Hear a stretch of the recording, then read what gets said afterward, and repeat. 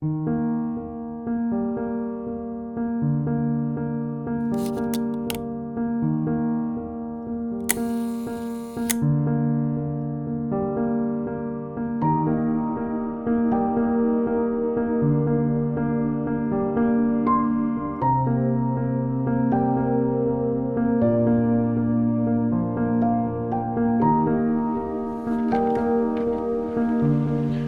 got all my gear packed up. I'm gonna head back to the area where I was yesterday and see if that composition I found still looks pretty decent. But there's some other stuff along the way too, which is pretty cool. But I've got 8 sheets of Velvia 50 on my back, and certainly it'd be my goal to expose at least 1 or 2 of those.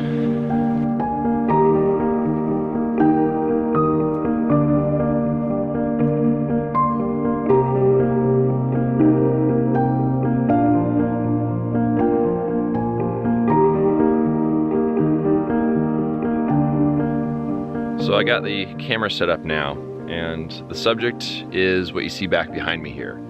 This nice big rock right here with all these leaves on the ground, these rocks. And full disclosure, I did not touch a single thing in this scene. These are all the leaves as they fell off the tree here. And that's kind of cool to find a scene that's like that. When I was here yesterday, it was raining just a tiny little bit, and that's why I got out of here. But when it was raining, the rocks changed colors, and you didn't have this nice warm and cool color contrast like you do when they're dry. The side benefit of the rain yesterday is that there's some drops of rain and dew on the leaves, which I think will look really cool, especially if I can get everything in focus. And that's the tricky part, because I'm using my 300mm lens, which if I overextend the bellows becomes a little bit of a close-up lens, which is great. The tricky thing is that I'm gonna have a very shallow depth of field. And so as far as setting up the camera, I used a little bit of front tilt, so I'm trying to follow the plane of focus of the rocks and the leaves. But the problem is that that big rock right down there sticks up probably about 6-8 inches above the rest of the stuff. And if I focus on the plane of focus of the ground, that rock's out of focus. If I focus on that rock, the rest of the stuff's out of focus. I can get the foreground leaves in that rock and lose the background. But what I did, and I'm hoping that this is gonna work, is I have the front standard set so that the plane of focus mostly follows the ground plane. I'm going to focus slightly above it so that when I stop down, some of that plane of focus comes up, some of it comes down, and hopefully I should be able to get all of it. But it's okay if I don't get all of it, just so long as I get some of the most important stuff, which unfortunately is everything.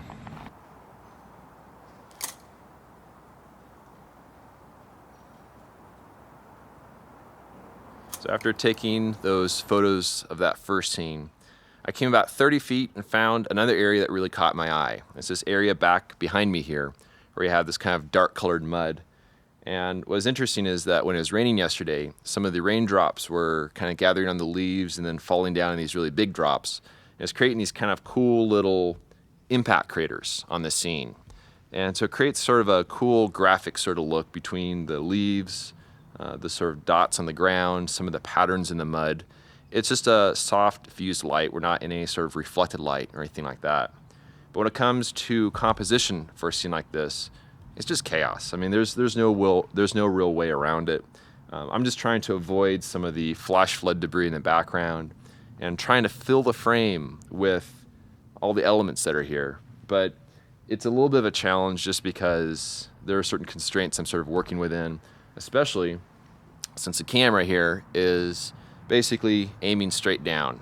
And so that becomes a little bit of a challenge. So I actually took a couple of rocks and put them down there so I can stand on it. That way I can actually see the whole ground glass, because otherwise it gets a little difficult to do. I'm not quite sure what the color is going to do for the scene because we are in open shade right now. A lot of blue sky, also some clouds up there. And as a result of that, it's going to be kind of a cool light. So I'm wondering if maybe the mud's going to go a little bit on the cooler side. So I don't quite know for that, but at least those yellow leaves should really pop out. And I think it might be a kind of a cool scene.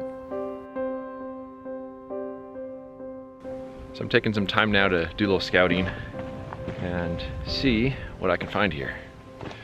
Pretty cool to expose a few sheets of film today already, but I need to find more subjects because there's some wind on the way tomorrow. And pretty soon all these leaves on the trees are gonna be on the ground.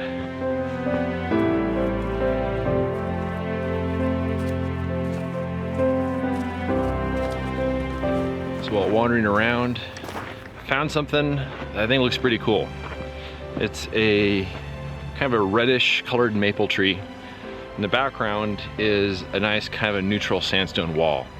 So it really makes the color pop, which is really nice. It's gonna be in the shade. It's kind of cloudy right now, but if the sun comes out, it'd be in reflected light, which would be even better. I think this is gonna be a shot for the 600mm lens, and it's gonna be a matter of just framing chaos. And what's kind of cool about this tree is the fact that it's not just like all red leaves. There's a little bit of nuance and color to them, which really kind of gives it more of a sense of depth, which is pretty awesome. So I got my camera set up here, and it's a very straightforward composition. I'm basically just framing that whole area right back in there, and I'm just trying to fill the frame with the red leaves with a little bit of sandstone in the background. I'm shooting horizontal because I always prefer horizontal when possible. And you can see probably behind me it's a little bit windy right now. I made one exposure already, Velvia 50. It was about 4 seconds, but you add 1 second for reciprocity. And seems like it worked pretty well. It was pretty calm, slightly reflected light, which was nice. I've got one more sheet of Velvia 50 ready to go in case the light gets any better and in case the wind calms down a little bit. And I think that's gonna happen. It's a matter of just being patient, sitting back and listening to the pine trees. Not that they actually talk, it's more of just like the whispering, but not in the way that they're actually talking whispering, just they're whistling. I'm gonna shut up now. When it comes to landscape photography, I think it's really, really important to have a very good sense of patience. And that is something that working with large format has really forced me to do, which is something I'm very appreciative for, because I think without the discipline of working with this camera and the film and all that, I don't think I'd have the same sense of patience to kind of sit there and just wait for the conditions to be just right. So if any of you have been ever on the fence about maybe jumping in, trying to shoot film, trying to shoot large format, it's pretty cool. So I'd say it was a pretty good day. Exposed 8 sheets of Velvia 50 on 3 different subjects. And the weather cooperated quite nicely, had some pretty nice conditions. So feeling really good about my first full day here, being pretty productive. So for tomorrow, I'm gonna actually come back to these same areas and also do some other hikes that I haven't done yet. Probably do a little scouting in the morning and maybe a little shooting a little later on. But it does mean that I am gonna have to load some film tonight, which is never something I enjoy, but sure does feel good taking 8 sheets of Velvia 50 and putting it in the exposed box.